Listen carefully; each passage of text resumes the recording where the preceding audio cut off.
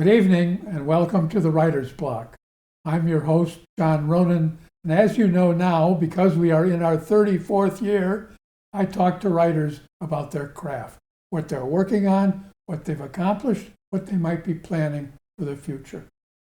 As you know, we do have other brands of artists on at different times. We have had on sculptors, we've had on musicians, we've had on painters. So if you have an idea for a writer or other brand of artist who might be a good fit for the Writer's Block, watch for our address at the end of the show. We'd love to get your suggestions. I also want to remind you that the Writer's Block and all the other original programming out of 1623 Studios is a result of cable access television. It's not a service you get with Dish or other means of accessing the net. Stick with the Writer's Block. Stick with cable. Tonight, I'm very happy to have two guests who are officers in the Rockport Art Association. They are Karen Koretsky and Kristin Czarnecki. They are, in that order, director and gallery coordinator at the Rockport Art Association. However, and I'm excited about this, their personal backgrounds are in writing, not art. So they're in two genres and dealing with them for better or for worse in their personal and professional lives. Karen Koretsky on my left, very warm welcome to the Writer's Block. And Kristin Czarnecki, gallery coordinator, welcome to the Writer's Block. Thank you very much. I mentioned before the show I wanted to start out with some softball questions. Karen, where are you from and where did you go to school? John, I grew up in Arlington, Massachusetts, so I'm fairly local, and I went all through my public school experience in Arlington. My undergrad was done at Framingham State. I was a studio art major. And then later in life, when my kids had grown up and moved on, I followed a lifelong dream, went back, got my MFA in creative writing, creative nonfiction at Pine Manor College, the Solstice So that program. was a lifelong dream. It was a lifelong dream. You started dream. out in art, but you I had two went dreams. over to the dream. Yeah, two dreams. You know, the visual art was my first love and dream. So Thank you. you're welcome. Kristin, tell me where you're from Sure. and something about your educational background. Okay, I grew up in South Bend, Indiana. Born and raised there. I went to the University of Notre Dame for undergrad. Went to Northwestern University for my master's program, and I got my PhD in English at the University of Cincinnati. So you are well versed in English literature. I am. English and yes. American literature. Yes, yes. When did you get interested in art? Because you must have gotten interested in art at some time. Right. To be at the distinguished organization, Rockport Art Association. Right, exactly. Yeah, no, I've had a lifelong love of art. I was an English professor for 15 years at Georgetown College in Georgetown, Kentucky, and with my literature classes, I would often introduce relevant art and artists to the period or genre. I would ask my students to bring in a work of art that they had seen that they thought related to the literature that we were reading. Our campus had 3 beautiful art galleries, so I would often take my students over to the art galleries. Sometimes that might have been related to course material, but it was mostly just to let them know, this is a beautiful art gallery on campus. You are welcome here, you belong here. This is your space to come in and enjoy, because I think sometimes they were a little bashful about stepping into a quiet art gallery, and I wanted them to see that it was a space for everybody. They are very much like churches sometimes, Yeah. with the quiet and the. Yeah, exactly. So I always enjoyed bringing art in some capacity into my literature classes. So you introduce them to another genre within the English genre. Exactly. And when I had students who were art majors, they introduced me to a lot of different avenues in art, showing me their work, what they were interested in, how art plays a role in literature and the craft of writing and that sort of thing. But that's a good segue. My next question's got to do with your roles at the Rockport Art Association and Museum. I want to get it all in. Can you describe briefly, Karen, your daily work and functioning at Rockport Art? I wish I could. I am the executive director there, and it's I always say I have one foot in the present and one foot in the future. Maybe if I had a third leg, it would be in the past. So I'm continually strategizing, planning, developing, looking ahead, but there's always something immediate that needs to be attended to, and it's often unexpected. So I never know what to expect from one day to the next, and it's exciting. Sometimes I'm assessing how we're going to get our archival material and our sort of historical holdings to the public. Sometimes I'm working with the curator to help him sort of organize and plan for our museum collection. I work with the exhibition committee, the education committee. So even though you're working in an institution dedicated to art, much of your work is dedicated to the nuts and bolts of running the institution rather than contemplating the art. Exactly. It's very much an administration role in which, I'm keeping track of things, making sure things are operating, putting out fires. It's an old building from the 1700s. Something's always breaking. So, yeah. I was trying to think before the show of the last time I was in the Rockport Art Association, and I've been there a couple times, but I don't think in this century I should. We'd like you to come back. Absolutely, please come in. back. We've done incredible things, so we'd love you to come back. It's a wonderful place. Kristin, you tell me what your daily life is like working at the Rockport Art Association. Sure. Well, I am very fortunate in that my office is a beautiful, expansive gallery full of art. So I float around to the different galleries. I greet and engage visitors. I let them know about our current exhibitions, all we have to offer, answer questions, facilitate sales. That's the day-to-day interaction with visitors to the Art Association. And I also do some administrative work as well, track memberships, make sure things are logged correctly, send out letters, work on mailings. So you deal with the public every day. Yes. And greeting people. Mm-hmm. Yes. So deal with the public every day, which I really enjoy. I love welcoming people in, and then behind the scenes work, as Karen said, keeping things up and running smoothly as well as we can.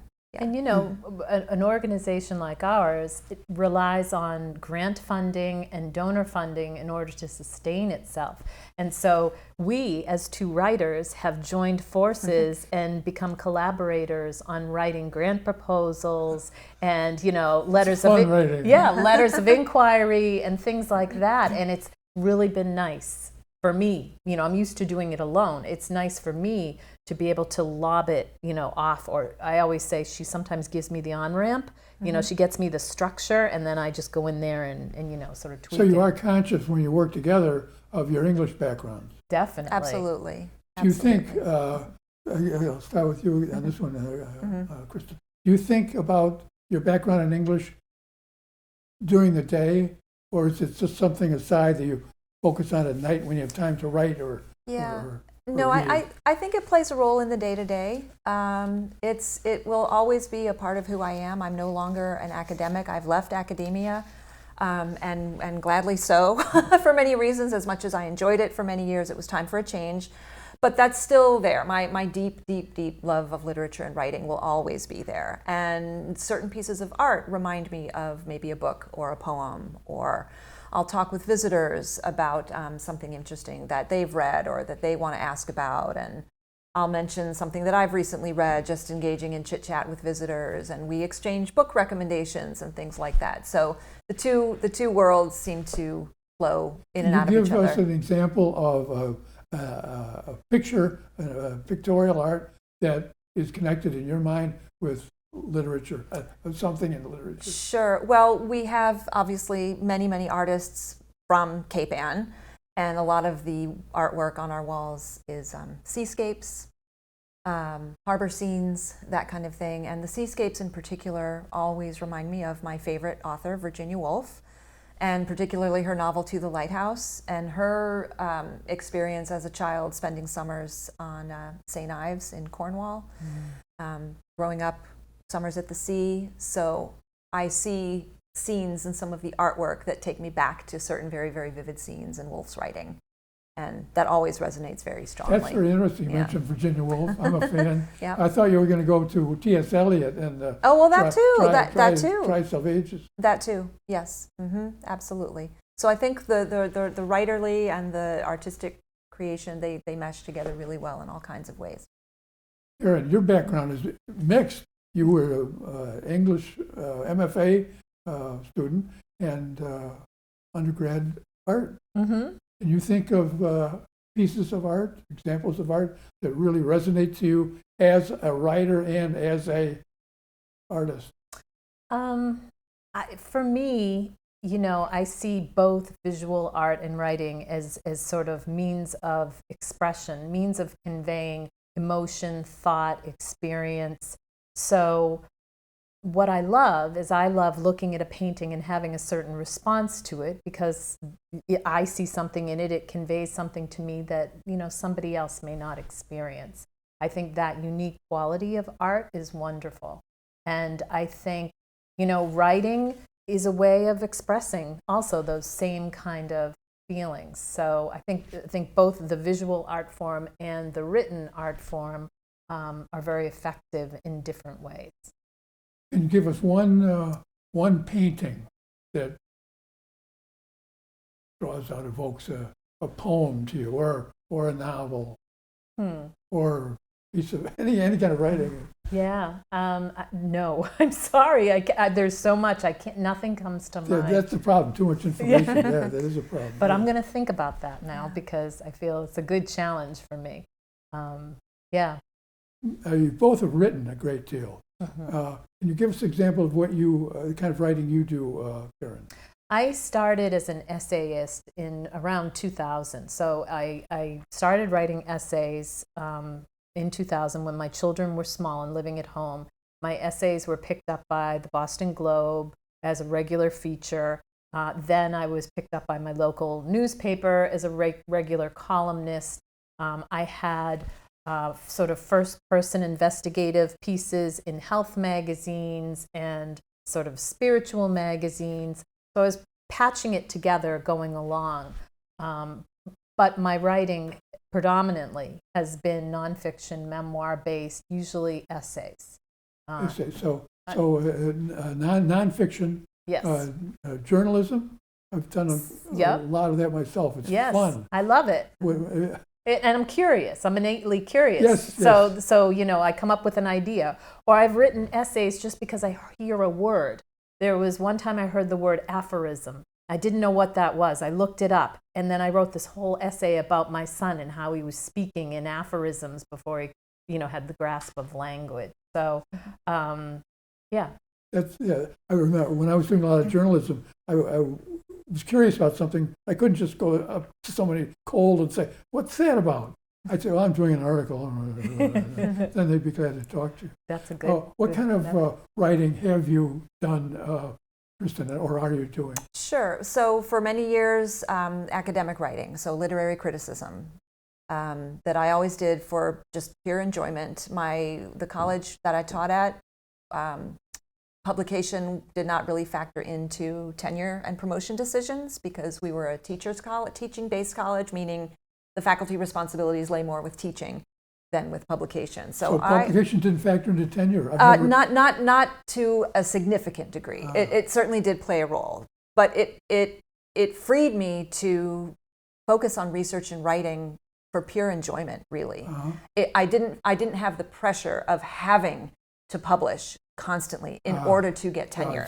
So below the pressure threshold. Yeah, exactly. So for many years, academic writing, which I loved, and I guess you could say I still do a bit of that in recent years I've turned from academic writing into more personal writing, creative nonfiction, memoir-based writing that involves literary exploration as well, because that's part of who I am and it always will be. So for instance, my first book is a memoir, and it includes a lot of literary exploration. Let me just give a signal to our editor and our director, Tom, that we're going to mention your memoir and another book called... So I have a memoir, and then I recently published a chapbook, a small collection of poems and short prose pieces called Sliced. slice Yes. and the memoir. Mm-hmm. We're going to show both of those book covers Okay. during the show, Great. as well as both of your websites. I Okay. should have mentioned earlier, both have individual websites. We'll super those during the show as well. Great. Where did you publish the memoir and the chapbook? So the memoir was published by an independent press called Main Street Rag, small independent press in Charlotte, North Carolina. I've had stuff in there. Oh, you have? Oh, that's Yeah, great. it's Yeah. fun. And then the chapbook is from a small press in Chicago called Dancing Girl Press that does What's the name again? Dancing Girl Press. Dancing Girl. They do a chapbook series. So, yeah. And then before that, other creative nonfiction pieces have been published in literary journals. And so you're continuing to write Yes. and publish. Yes, I have a book forthcoming this fall. Really? That's a collection Congratulations. of, thank you, a collection of essays that are also based in memoir and literature. Fall of 2024. Yes. Mm-hmm. Good, Yeah. congratulations. Thank you. Where do you find time to do this? If you're working Well, that's a good question. 40, 50 hours. Yeah, so it's mornings, nights, weekends. Yeah. And Just when have to do you squeeze in find time. time to write, Karen?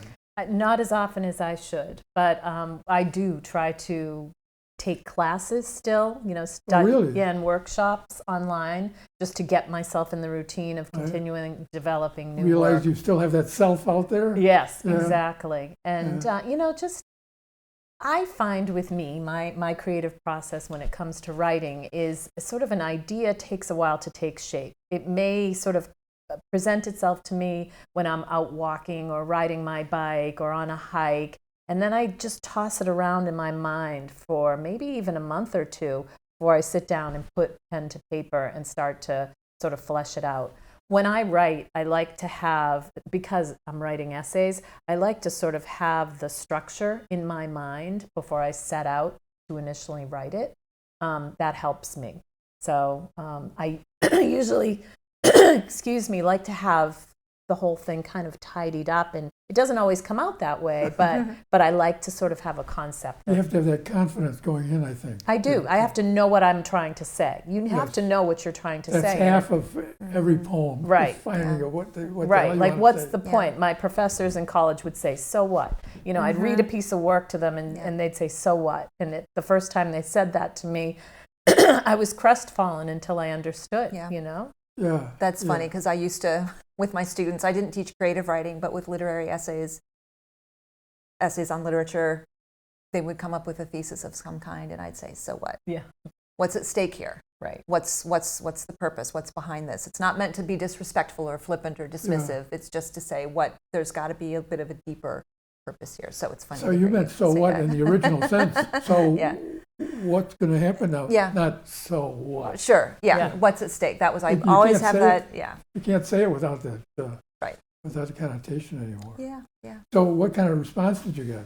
Usually, was it they dropped the course and? Oh no. They usually they were always no. They were troopers and they wanted to improve their writing. They were very open to learning methods and strategies and practical points that they could take with them to improve their writing. And so it was just there's nothing wrong with free writing and just trying out different ideas. But when you sort of settle into something and you've got a due date. And 15 pages to write. Just think a little bit about what your deeper purpose here. What's really your argument? How are you going to support it, and that kind of thing. It was teaching critical thinking and writing, trying to. And Yes. I was going to say, because I had a degree in studio art, most of my time raising children was spent as an art educator. I had a private studio in my home, and I taught classes to children. And so what I saw in that process was often growth, healing, all facilitated through the experience of art making. Because it was in my home studio, I was able to develop the curriculum to be what I thought it should be. I was able to buy the materials I knew I wanted them to work with. And then I segued and started doing volunteer work in the community as an art educator. So I volunteered at a Center for Grieving Children and Teens for 12 years as an art educator, using art as a healing modality to help them through the process of grief. Oh. And then I volunteered with a community of refugees who had escaped violence from South Sudan. So they were the children of refugees. Some of them were refugees themselves. And so I taught art there for about 5 or 6 years. This is in Arlington, or it was in Malden. in the suburbs of Yeah. Boston? But I think what happened is I walked away with so many stories from these children. Many of them were centered on the grieving process, growth through grief. So my work now is predominantly themed on the experience of grief, loss, growth through loss, some of the wisdom I gained from these children, and some of the ways that I healed unexpectedly from these children. So that's what my body of work has sort of leaned to become. And I've done the same. We continually find we have so many things in common. Resonance because of the art and literature. Exactly. My first book is a memoir. It's called The First Kristin, The Story of a Naming, and it's about the experience of being named after a deceased sister. And it explores her short life, my parents' experience, their grief, their trauma, their resilience. That's the girl on the That's cover. the girl on the cover, yes. So she was my parents' first child, who died when she was 3 years old. And then they had my sister, and then my brother, and then me, and they named me Kristin as well.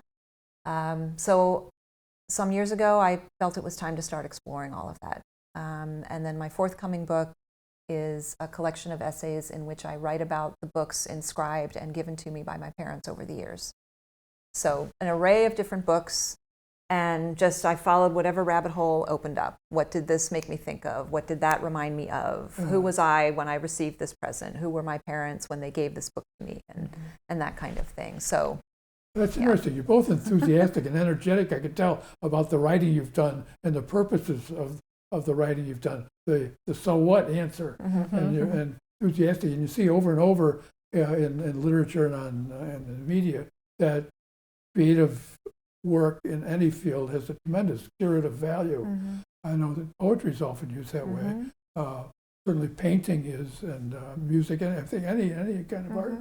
Well, I think our culture, I've learned, is not, the American culture is not comfortable usually with the expression of grief, the experience of grief. It tends to be something that's often sanitized, euphemisms are used, it's not talked about in many households. And I think Kristin's experience was the same thing, to be named after, a sibling who had died, predeceased her. It's the same kind of thing. It's sort of one of these taboo topics that, stops people in their tracks. They're not sure how to approach it. We are very euphemistic society about death. Right. And I think I feel passionate about sharing the experience of these children sort of as leaders, as role models. Can you give us an example in the writing field, Karen, and then Kristin, of a book or a poem or a play that is emblematic of what you're talking about in its healing faculties or its depth? There's 2 books I always give to someone when they've experienced often a sudden loss. Excuse me. The first one is C.S. Lewis's A Grief Observed, which I wrote a critical thesis on when I was in grad school. And the second one was written by the rabbi from my temple where I was growing up, who was a pioneer in grief counseling. His name is Earl Grolman. And the book is called Living When a Loved One Has Died. So, yeah.